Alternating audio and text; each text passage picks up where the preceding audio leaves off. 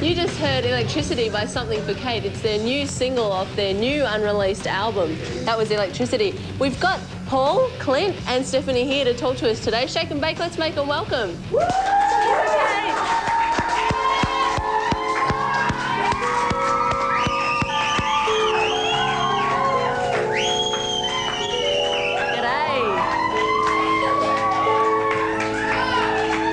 Everybody.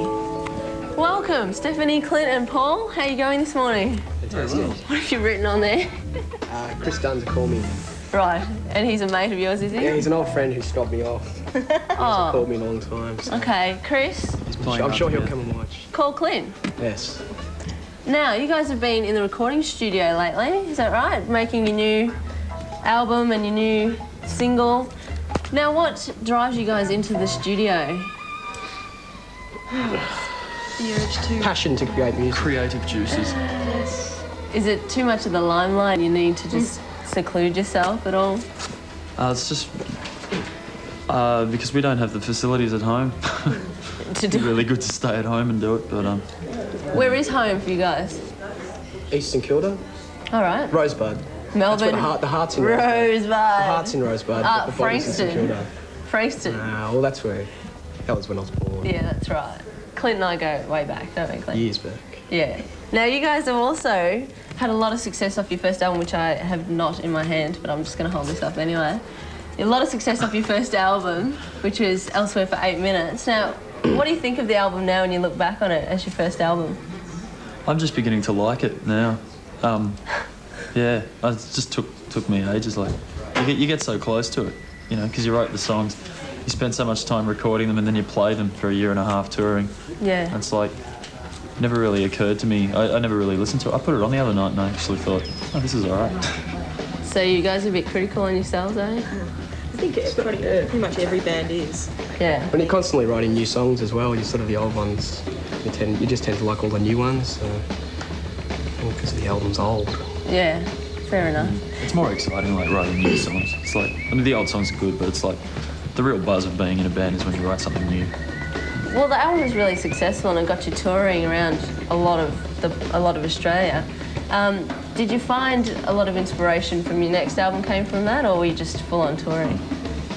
We actually had to sort of go away to write the new album because we toured Australia so much that, which was great, but it, rather than sort of being inspiring, it actually sort of, we began to just see the same towns and the same clubs, and we actually ended up going away on a holiday in order to sort of get freshened up to write the new songs. So where did you go? We went to Toronto, in Canada. Oh, just fly on over? Oh, well, you know, we toured non-stop for, you know, a year and a half, and then we just blew all the money we'd saved going overseas. What does that say? Saying hi to someone. I say hi to my girlfriend. Hi, Ange. Hi, Ange. You actually put a double release out with Jebediah last year, doing a Harpoon. Are we going to see any more of those dual Back releases? scratching? Yeah. Back scratching. How does that work? I think we might. Yeah? But there are some plans, aren't there, to do... there might be... Stephanie does. I've just decided, you know. I'm not We're always doing something. It's like we always just... It's a fun thing to do, you know. We've known the Jebediah guys for ages. We've sort of toured together a bit, and that was just a fun thing to do. Like, you know, it just sort of starts out as a joke, and then you end up doing it. But we've always sort of like done remixes of this or covers or whatever. It's just, you know, you have fun playing your own music, but it's always fun too to just screw around. You couldn't. There's no chance of a dual release with, like the Main Event, Olivia Newton-John or something, covering that? Definitely. Yeah? Sure. Like if she'd be open to it? Whispering Kate. Come on. Let's cover it on the final song. Yeah. Okay, so thanks, Angus, for that. Totally threw me I'll off just keep playing my... there. Now, your new album, Beautiful Sharks, that's the title? Yeah. Where did you come up with that? You came up with Is it. there some story? It's not really a story, is it? Yeah, I was just watching a documentary about sharks, and it sort of struck me all at once that they are beautiful and really graceful and elegant, but they're kind of nice scary. With potato cakes and $2 minimum chips too. No, I'm joking. Sorry for all the veggies Beautiful out with there. vinegar. No. And your new album, what does it sound like? Is there a progression from the first album? Clint? There's a definite progression.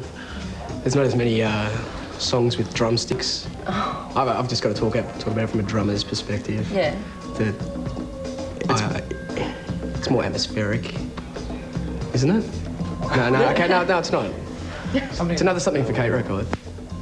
I think we've just sort of like, you know, we've been together for that extra couple of years since we made the last album, so we've just grown up together, and, you know, hopefully the music grows as the band gets together longer, and I just think it's just probably more interesting. Yeah. I think we've gotten better than we were with the last We album. also have Miss Stephanie Ashworth on this album. Woohoo! Yes, from Sandpit. Yes. Yes, the new member. Yes. Well, not so new anymore. No, it's been about a year now. Yeah. Now I've heard about a bonus CD-ROM on your album. What's that? Tell me about that. We got a video camera and just spent a lot of time filming ourselves being silly, sad, all different times with the band. Great. And Set in So- different categories with like transit the making lounges. of the making of the album and the making of the single, the video, and behind the scenes. behind the scenes. And that's only the first 10,000 copies. Is that right? I think so. Yeah. It's funny though, because like we thought, okay, we'll get a video camera, we'll like take some footage on tour and stuff like that, but it's incredible that as soon as someone points the camera at someone else, they just behave completely differently. So Yes, people are going to watch this CD-ROM and think, God, I didn't think they were like that. Yeah. The truth is, we're not like that. It's just you get like that when someone points a camera at you. Have you got a release date for Beautiful Sharks? Early first week of June, I think. Okay. Lastly, you actually do a lot of underage gigs. Like you're really committed to that. Yes. What are the Today. opportunities like for that? What We're doing one today, Yeah. 1:30 at Go Records in the city. in Melbourne? Playing Yeah. in store, yeah. Nice. Free. And tonight we're doing an all-ages show in Morwell at the Karma Hall. Great. There aren't as many as there used to be. There aren't as many. What's the story with your underage gigs? It's a conscious decision for you to do them? I think they're great. They're good to do. I mean, like under 18s, you know, they're into music as much as anybody, but they don't get the chance to go and see the bands they like. So, and it's really hard to put on underage shows because you have to get venues where there's no alcohol and Water slides? You could do that, mate. Water slides. Bowling alleys. It's been done. Bump and bowl. Yeah. Pump and bowl. Roller rinks. Roller. Yeah. We've done Rosebud. Rosebud. This one in Rosebud.